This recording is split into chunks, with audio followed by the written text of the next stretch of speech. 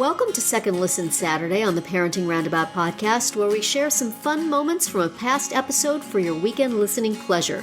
Look for new episodes every Monday through Friday. Today we're focusing on something parents are always talking about: screen time. Just the words just bring a little squeeze of guilt to your heart. So there was a little study that came out very recently that basically said if you are using screen time as a reward or a punishment, if it's like, do this or I'll take away your iPad, or do this good thing and you get your iPad, those kids are like net watching more screen time than if you weren't doing it that way. So great.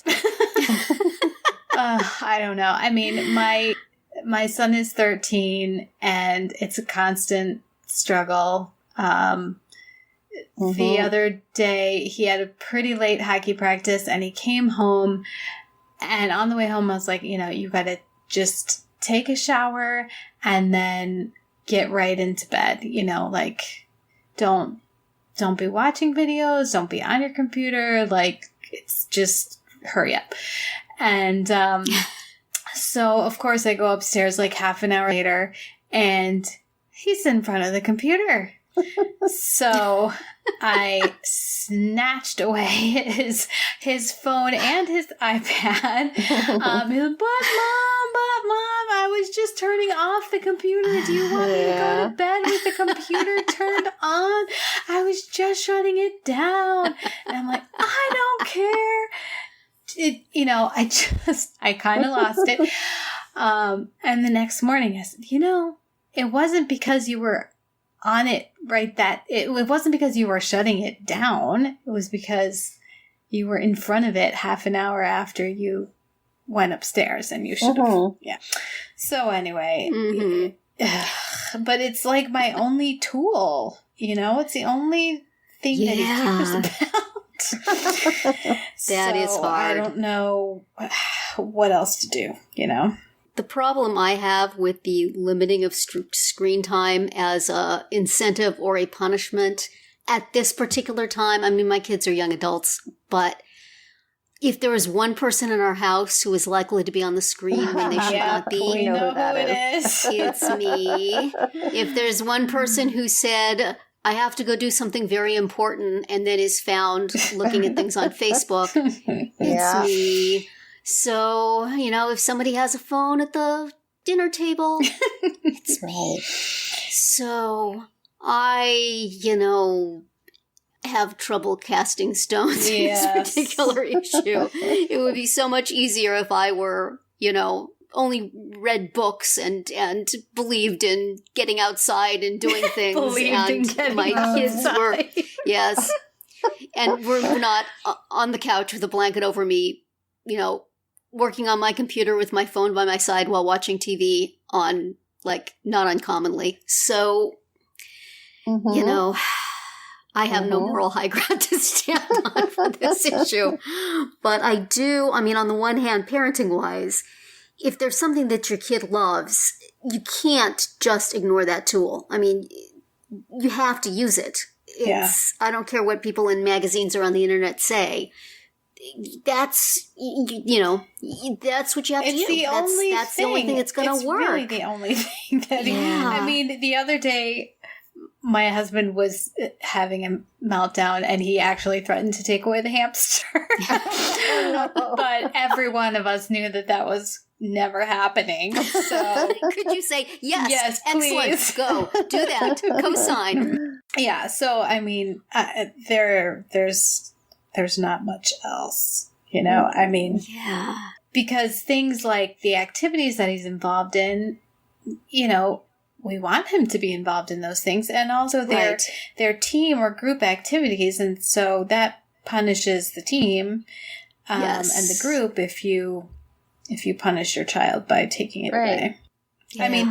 This study was about little kids, so perhaps there are there aren't parallels to the age group that we're talking about, or that I deal with.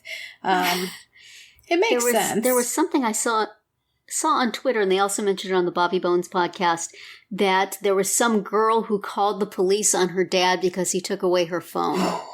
A teenager. Oh, no. So then there was I saw a lot of back and forth on Twitter as to, if you pay for the phone, do you have the right to take it away? If you didn't pay for the phone, but the kid is in your house, do you have the right to take it away? Or once it's the kid's, does it belong to the kid? And there's privacy issues for the kid. There's no privacy issues for kids. I'm sorry. But, so that's a whole thing too. My feeling would be, you're in my house, therefore I will take whatever of yours I darn well please. But I understand why people would think that's unsavory. Right. And then there's what about, families where there's divorce, different rules at different parents' house, and the parent, parent one takes away child's phone to spite parent two, and luckily we're not dealing with that. Well, it doesn't even have to be in different houses though, because I do have a parent living in my house who is completely above the screen thing. And sometimes feels like things should be taken away, and I'm the one who's going, no, he needs it. Let him do it. It's good for him. Yeah. So, well, I find it hard just because my daughter, she is a part of so many groups from school, like study groups. Mm-hmm. So taking away the phone is to her detriment, because she'll be missing. She'll be missing out on.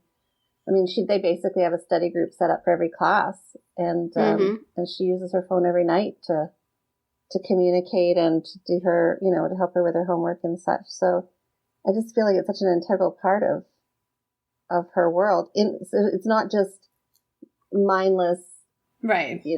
Searching, mindless browsing of the internet or social media. It's actually, she's using it for a purpose, and right.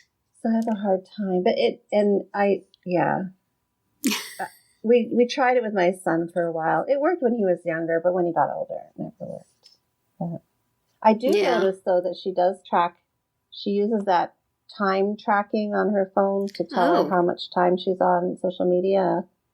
Mm-hmm. So she sets time limits for herself, which is kind of interesting. Well, that's good. Well, and that's great that it's self-directed, self-imposed. Yes. Because if you were telling her, you're spending too much time on there, you need to stop, she would not care.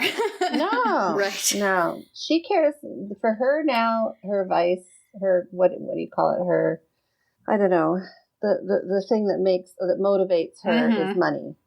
So if there's an opportunity to make it or lose it, that's going to motivate her.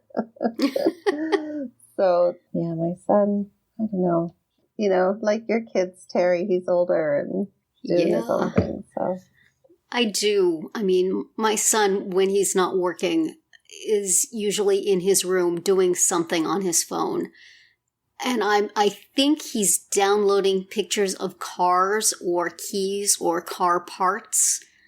But I haven't, every now and then I check just to make sure that it's not something less appealing. But it does seem to be a very long time that he spends doing that stuff. Downloads take time, I understand.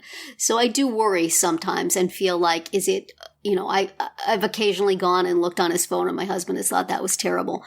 But sort of still I feel sort of still responsible for them, even as adults. If they're doing something that maybe they don't understand is wrong, I would want to know about it. I would not want to be the parent about which other parents say, where was the parent? So, the parent was, illegally breaking into our children's phones, which I pay for. So, I do pay for their phone service. So that gives me a little foothold. It is tempting. It is so tempting. Because, it's one of the few physical things that you can just take away that they will care about. Do these articles that say not to do that offer an alternative?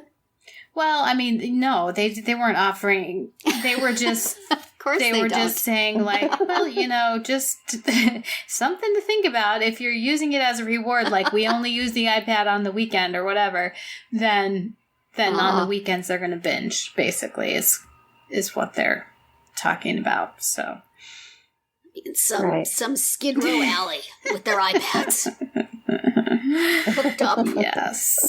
Some sketchy power source getting their hits of the internet. Well, if anybody has the ideal solution, let us know. Yeah, we're all ears. We're all ears. Please let us know on any one of our social media channels so we can find out from behind a screen. We have them open all the time. We'll be watching. 3 in the morning. Doesn't matter. Hit us up.